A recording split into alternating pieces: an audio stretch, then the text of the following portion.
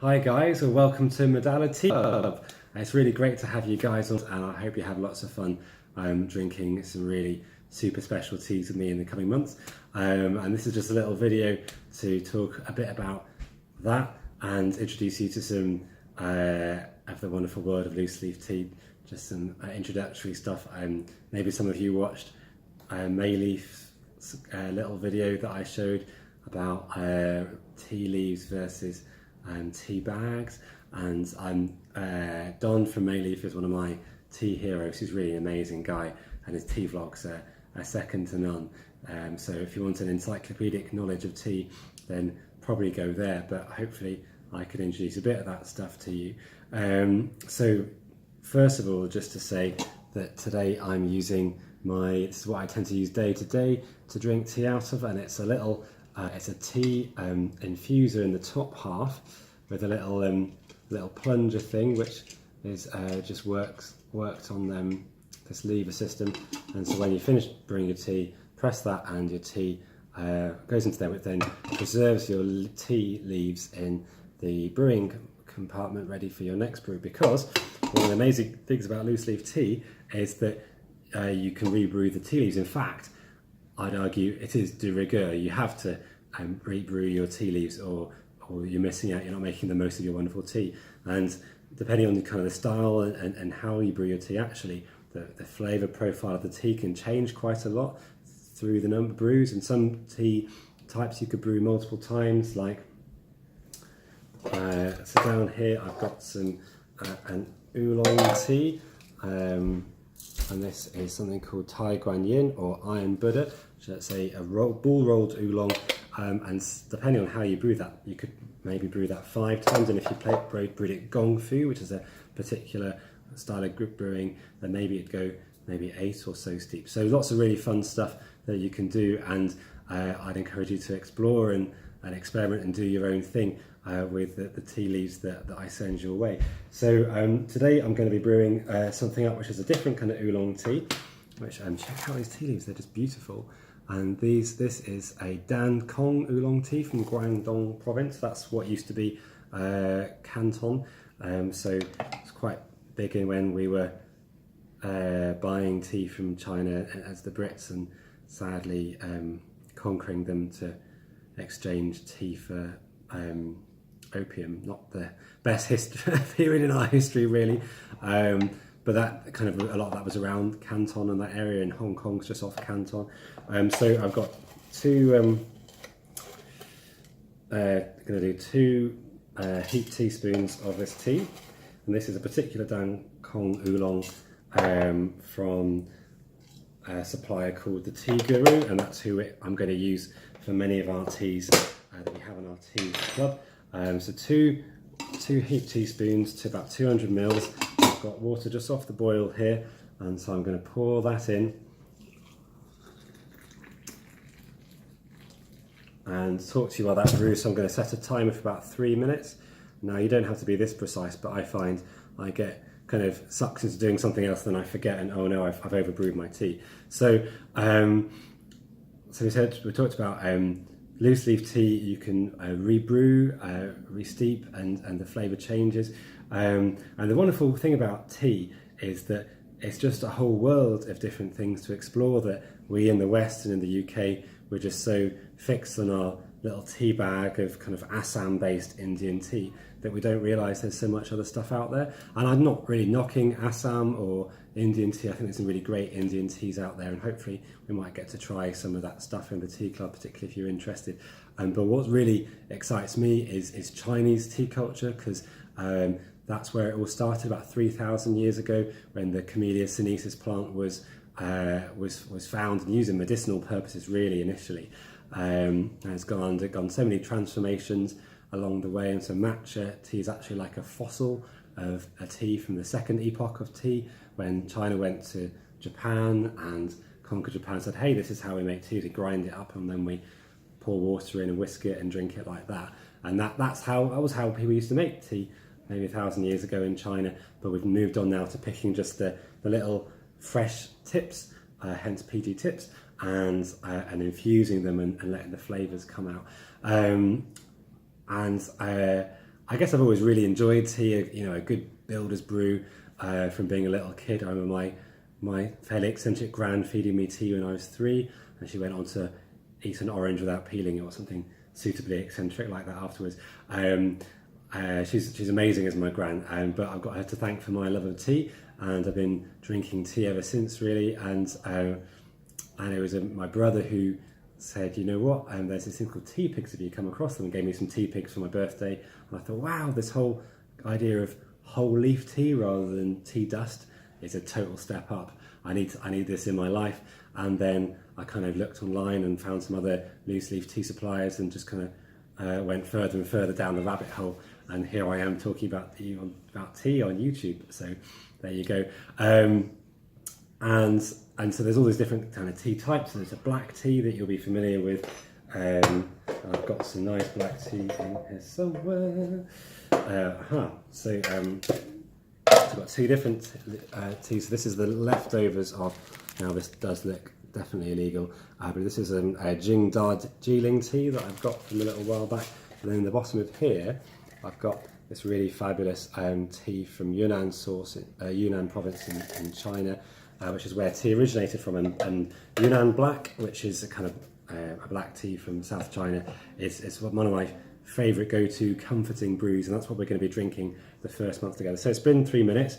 So there you go, press and hold, and oh, you can't really see that, so that's a shame. Then I've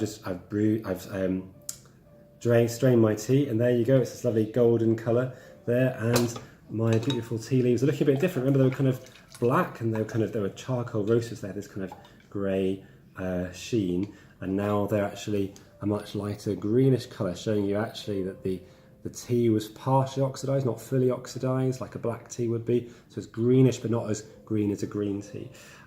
So I've got my trusty favourite mug.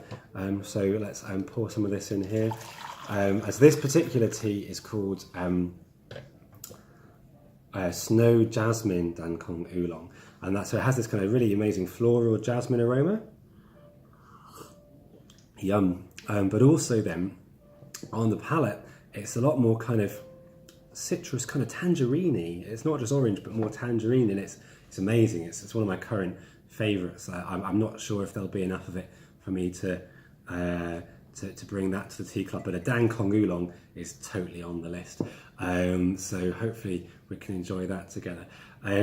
Sorry, it's a slightly rambling, but I've mentioned that this is oolong teas, both this kind of just kind of long-leafed oolong, and then there's the bull-rolled oolong tea we saw earlier, which is actually much less oxidised.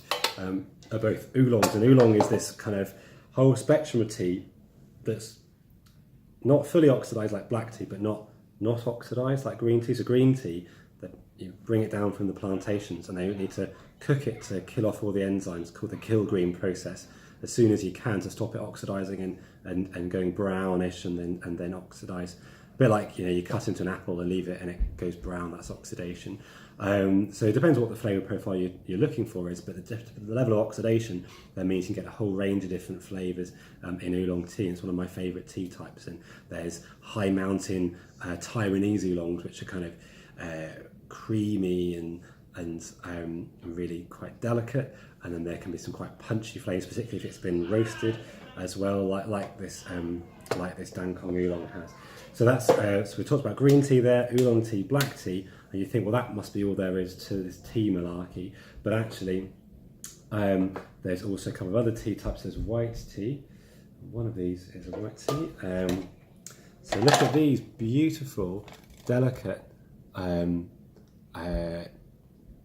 tea leaves that are kind of almost feathery with these little hairs on them, but it's also, as you can see, a kind of a whitish colour, and that's because rather than being left green, that's been left to wither in the heat, and so it oxidises a little bit, but it also just dries out in a very natural way, and what kind of comes out is this very clean, sweet tea that's got very little astringency. It's very palate cleansing, very kind of detoxy. So it's quite trendy in that respect. But there's some really lovely white teas, and in fact, at the Salary GP event, what I what we brewed up was an aged white tea. So an aged white tea, which hopefully I can show you here.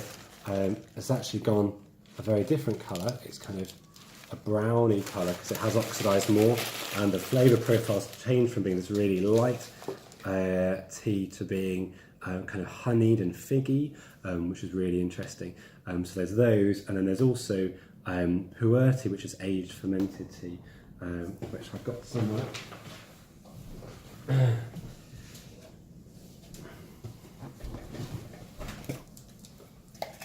So these are some bits of some fermented pu'er tea, which is one of my favourites, and I love pu'er tea. And there's a whole spectrum of all kinds of different things, and age does really interesting different things to the tea, just like age changes cheese and wine and other interesting things. Tea's got all those intricacies as well if you age it right. So there's a whole world out there, is I guess what I want to say, and I hope you enjoy the journey of exploring some of these different teas with me. And also I'd encourage you, you can brew tea in anything, but something like this is a really helpful thing for work, and you can buy these off Meili for about £16, or if you are interested, maybe I can do a bulk order and save the P&P for us, because I need a new one. This is wearing out. But also, if you want to, you can get these tiny little teapots. There's only 100 mils in it, and I've got a pu'er tea brewing in this, and so there's a whole different style of tea called Gong Fu tea brewing, or Gong Fu cha, where you're brewing a small amount of water with lots of tea leaves, but for a short amount of time, but more times. And there, it's a little bit like electrophoresis, or what's it called, with blotting paper, where you separate all the different chemicals. It's a bit similar to that you separate, that the flavours come off at different times and different infusions, a little bit like distillation, I guess, as well. And that is another kind of really interesting world, but I'm not going to go there just yet. The point is, Western style brewing for about 2 or 3 minutes in a decent reusable tea receptacle is what I'd encourage you to get for brewing really great tea. And just a little clay teapot will do, really. I can give you some suggestions about places where you can get them. So, cheers. I'm going to drink my Dan Kong Oolong tea. Enjoy the rest of your weekend, guys, and look forward to speaking to you more about tea. So just to recap, probably going to wait another week to see if anyone else wants to join us in the tea club, and then I'm going to get buying some tea. For the first month, it's going to be £5 for 50 grams of this this Yunnan Black, also known as Dian Hong, so black tea from South China, and it's kind of caramelly and malty and not really bitter at all. It's really fabulous, really comforting. So we'll start with that, and then maybe in subsequent months have a couple of oolong teas and see what people want. If people want to try green tea, a white tea, a pu'er tea, let me know what you think. Happy to answer any questions. Cheers, guys, and until next time, bye.